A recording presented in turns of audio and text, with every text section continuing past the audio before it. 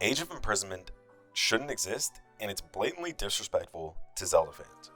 You probably think that this is a total hate post, it's over the top, and unfair. I want to assure you that I am a big Zelda fan, and I genuinely feel this way.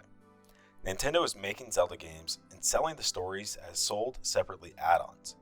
Although Tears of the Kingdom has incredible set pieces, the lack of care the story is given actively hurts those good moments and illustrates that Nintendo views Zelda stories as disposable, perhaps even something to be fleshed out and repackaged later.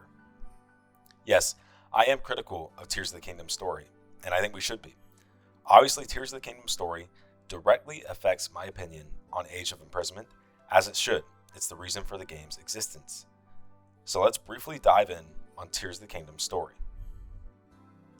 Before I even start my critique of Tears of the Kingdom story, let me get ahead of the one counter argument you hear all the time. I see people say, well, story doesn't actually matter in Zelda games. And frankly, I think this is a hilarious opinion. From the series' inception, story has been a major factor, but especially since A Link to the Past, it has been. It has been even more so a factor in the 3D Zelda games.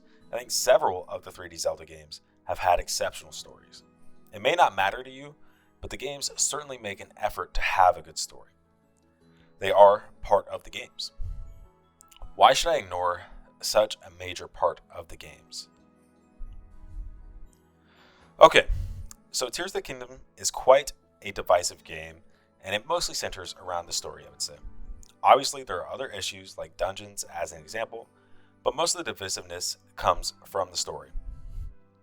First, I'll say the game does have really impressive set piece moments, like I said.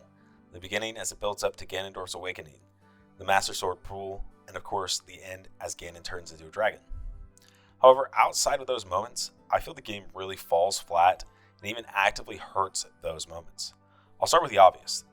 The repeated copy-paste cutscene at the end of each dungeon is an egregious failure structurally. Not only do you have to hear it 4 times, it's not even good the first time.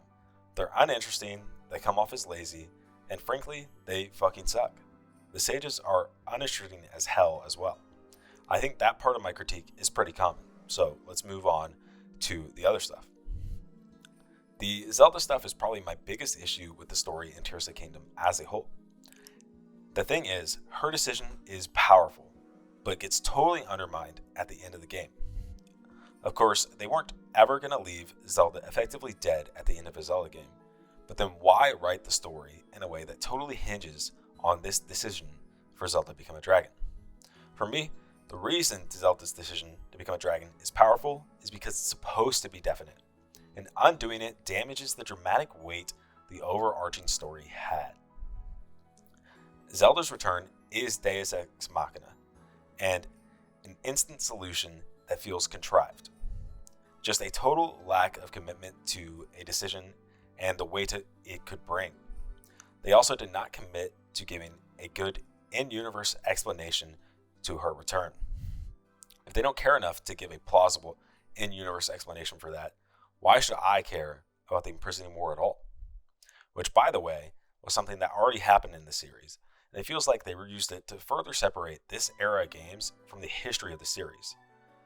Of course, you end up also having ludonarrative dissonance, or the dramatic irony, where you are chasing Zelda in the present when you know she's safely in the past. It just feels bad when you're doing that, especially with a silent protagonist that you know can't say anything about it. So yeah, the Zelda stuff just did not hit for me. There's a few other things I'll briefly touch on that I also had issues with. Ganondorf feels like a total non-character. The structure of the game makes no sense, and the Breath of the Wild erasure in this game makes no sense. The Ganondorf point is pretty self-explanatory. It's such a cool character design that ultimately is just that.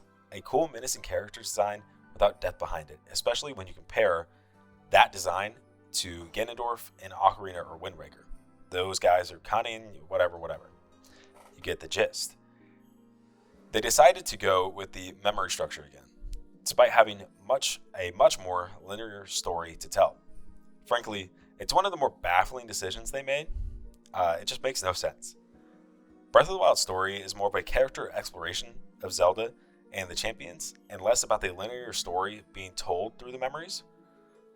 Whereas Tears of the Kingdom story is a total opposite of that, shown by the sages in the Prisoning War having masks and no names, unlike the champions, and yet they went with the same structure. It's just totally baffling to go with the same structure in a wholly different game. It just doesn't make any sense. And then, of course, finally, you also have a bunch of characters that absolutely should know who Link is, and they just don't. It's just horribly frustrating as a player. And all those problems together really just make Tears of the Kingdom story uninteresting and frustrating. It makes me feel like I don't want to learn any more about it. So I think the story in Tears of the Kingdom is not good. But where does that leave me regarding Age of Imprisonment? I've had a lot of issues leading up to the game's release. Firstly, Age of Imprisoment's existence confirms that Nintendo is telling half-baked stories in order to flesh them out later and resell it to us. An example of this is the mysterious Link stand-in construct. This guy wasn't in Tears of the Kingdom, but with this new fleshed out $70 take on the Prisoning War, it suddenly appeared. Like, I'm supposed to believe this character that is presumably going to be important was just missing in Tears of the Kingdom. The construct must have been missing because Age of Imprisonment is going to be canon, right? That's what they're telling us. It's just total bullshit at the end of the day. It just feels like they sold something they knew wasn't good so they could expand on it later. It just feels so weird. It feels like they're lying and it's not canon, or this character was conjured for this game and story just isn't that well thought out. My trust has also certainly been betrayed by Age of Calamity because of the rug pull they pulled in that game. Altogether, this really combines with me losing all confidence into the Tears of the Kingdom story and thus Age of Imprisoment's existence. It just doesn't feel like Nintendo is taking stories and Zelda games seriously, which sucks to see. It feels like Age of Imprisonment is just being haphazardly thrown together because of things like the Link stand-in contract. It just doesn't feel like Nintendo cares that much, even when the whole point of the game is to tell the story that we didn't see in Tears of the Kingdom. Nintendo is more concerned about selling a game than making quality, which is fine, that's their business. But it is absolutely hurting the quality of the games and my confidence in them as a fan. Nintendo doesn't seem to care about the stories any more than having cool set pieces and characters to sell games. Because Nintendo has demonstrated they don't truly care about stories, besides giving us cool set pieces to look at and some lore to repackage later, I have no reason to see this as anything but further mistreatment of Zelda stories. And with that, that's the video. Like it if you like it, and subscribe for more. I'll see you guys.